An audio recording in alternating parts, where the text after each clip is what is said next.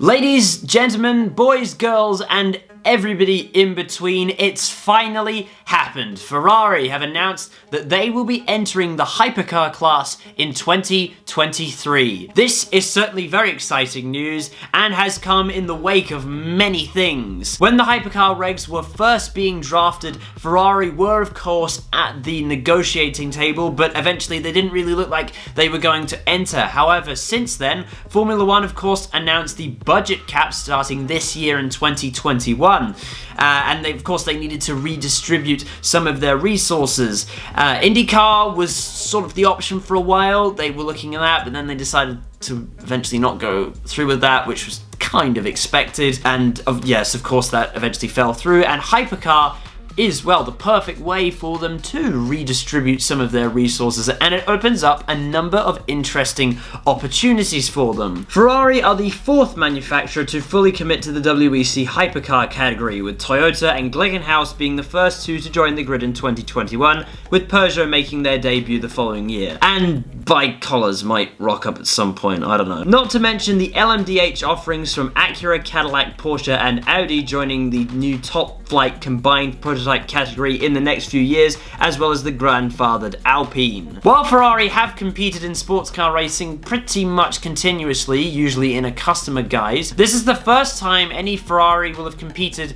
in top flight prototype racing since the Ferrari 333 SP last raced in 2003. Their return to the top category also opens up the opportunity to compete at Le Mans for the overall victory. Ferrari's last overall victory came in 1965, although in a strange set of circumstances it wasn't with a prototype, as the North American racing team Ferrari 250 LM outlasted all of the prototypes, being of course the Ferraris as well as the Ford GTs and numerous other things, and took the victory much to the dismay of the actual factory Ferrari effort that year, because they didn't really like being beaten by the Americans. Ferrari last competed as a factory effort at a world championship level in sports car racing in 1973. As this is only early days, Ferrari are yet to announce the full details of this effort, so no drivers or car has been announced yet, although I suspect Ferrari will be building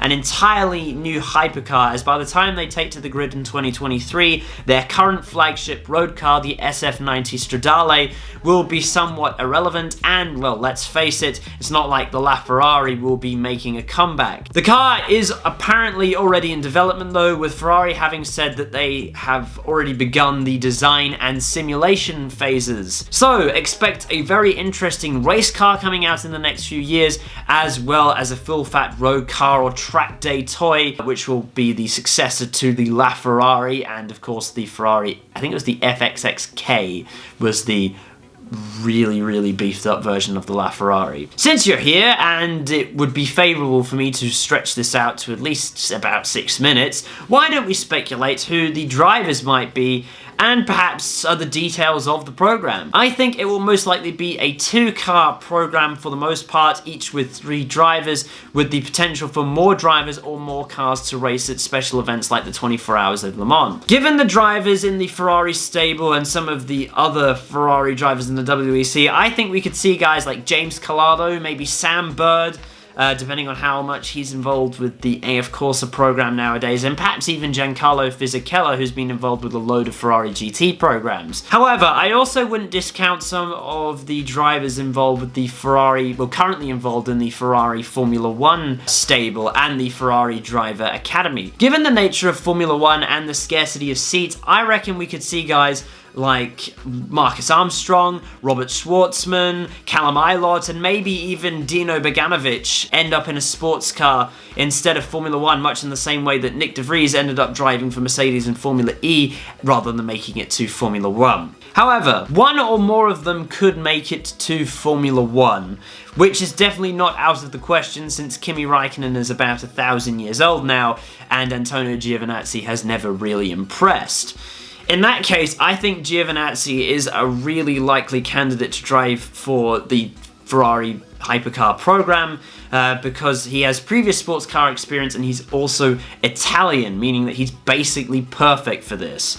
Also, potentially for Le Mans only, Charles Leclerc might end up racing for them. He's previously expressed interest in racing Le Mans, as pretty much after he raced in the iRacing special event last year, and the Ferrari Hypercar program seems like the perfect way for him to do that. It wouldn't be the first time that an active Formula 1 driver has participated at Le Mans in the modern era. Nico Hülkenberg and Fernando Alonso immediately spring to mind. Essentially, it would be a return to the factory Ferrari days of old, when guys like John Surtees and Lorenzo Bandini drove the factory Ferraris at Le Mans, as well as driving for them in Formula 1. Because back then, a racing driver was just a racing driver. They weren't really specialized for one series in particular. In the wake of the announcement, the WEC also put this little message up on Twitter, which I thought was quite clever. But who knows, could even guys like Mick Schumacher or Carlos Sainz Jr. come along for the ride?